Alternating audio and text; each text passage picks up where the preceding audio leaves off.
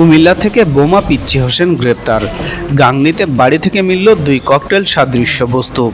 মেহেরপুর প্রতিনিধি।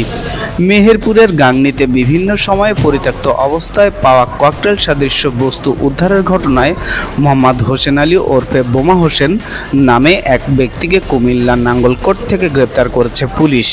পরে তার দেওয়া তথ্যের ভিত্তিতে গাংনীর পূর্ব মালসাদাহ গ্রামের নিজ বাড়ি থেকে 2টি ককটেল সাদৃশ্য বস্তু উদ্ধার করা হয়েছে। গ্রেপ্তার হোসেন আলী গাংনী উপজেলার পূর্ব মালসাদাহ গ্রামের মৃত ওহিল উদ্দিনের ছেলে। পুলিশ সূত্রে জানা গেছে, গাংনী উপজেলার বিভিন্ন এলাকায় বিভিন্ন সময়ে পরিত্যক্ত অবস্থায় পাওয়া ককটেল সাদৃশ্য বস্তু উদ্ধারের ঘটনায় তদন্ত শুরু করে পুলিশ। তদন্তের এক পর্যায়ে এসব ঘটনার সঙ্গে হোসেন আলীর সংশ্লিষ্টতার বিষয়ে তথ্য পাওয়া যায়। পরে তথ্য প্রযুক্তির সহায়তায় তার অবস্থান শনাক্ত করা হয়। এরপর বৃহস্পতিবার 21শে আগস্ট ভোরে কুমিল্লার নাঙ্গলকোট এলাকা থেকে তাকে গ্রেপ্তার করা হয়।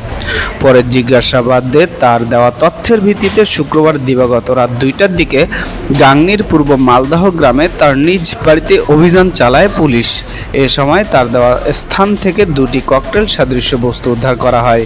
পুলিশ আরও জানায়, গ্রেপ্তার হওয়া হোসেন আলীর বিরুদ্ধে 2টি হত্যা মামলা সহ মোট 7টি জিআর ওয়ারেন্ট রয়েছে। গাংনী থানার ভারপ্রাপ্ত কর্মকর্তা ওসি মুহাদ্দিস মোর্শেদ চৌধুরী বলেন, ককটেল সাদৃশ্য বস্তু উদ্ধারের ঘটনায় তদন্তের ধারাবাহিকতায় হোসেন আলীকে কুমিল্লার নাঙ্গলকোট থেকে গ্রেপ্তার করা হয়েছে। পরে তার দেওয়া তথ্য অনুযায়ী নিজ বাড়ি থেকে 2টি ককটেল সাদৃশ্য বস্তু উদ্ধার করা হয়। তার বিরুদ্ধে 2টি হত্যা মামলা সহ 7টি জিআর ওয়ারেন্ট রয়েছে। খায়রুল বাসার, দ্য ফিনান্সিয়াল পোস্ট। সবাই অবহিত আছেন যে ইদানিংকালে আমাদের এখানে একটি বিষয় খুব দৃষ্টিগোচর হচ্ছে, যে পরিত্যক্ত ককটেল সাদৃশ্য বস্তু পাওয়ার বিষয়টা।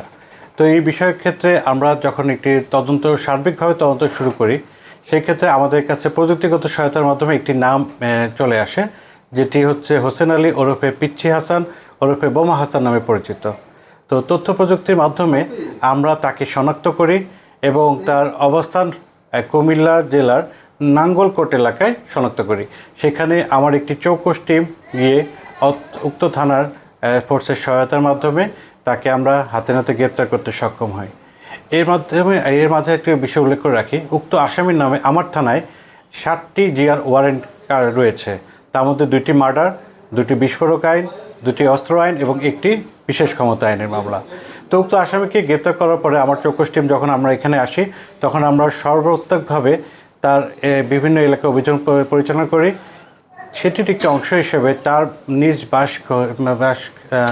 বাসভবন, যেটা হচ্ছে আমাদের মালসাদহ এলাকায়, সেখানে আমরা অভিযান পরিচালনা করে তার স্বীকারোক্তি এবং দেখানো মতে তার বাসা থেকে আমরা 2টি ককটেল সাদৃশ্য বস্তু উদ্ধার করি এবং তার এই অপকর্মে আরও যারা যারা জড়িত রয়েছে তাদেরকে ধরার জন্য আমরা তৎপর রয়েছি। এখন পর্যন্ত আমরা যে তথ্যটা পেয়েছি, সেই ইতিপূর্বে মার্ডার কেস, অস্ত্র মামলা এবং বিভিন্ন ধরনের অপরাধে জড়িত রয়েছে। চরমপন্থীর বিষয়টি এখনও আমাদের এটা তদন্ত চলছে। তদন্তের আলোকে আমরা আরও বিস্তারিত জানাতে পারবো।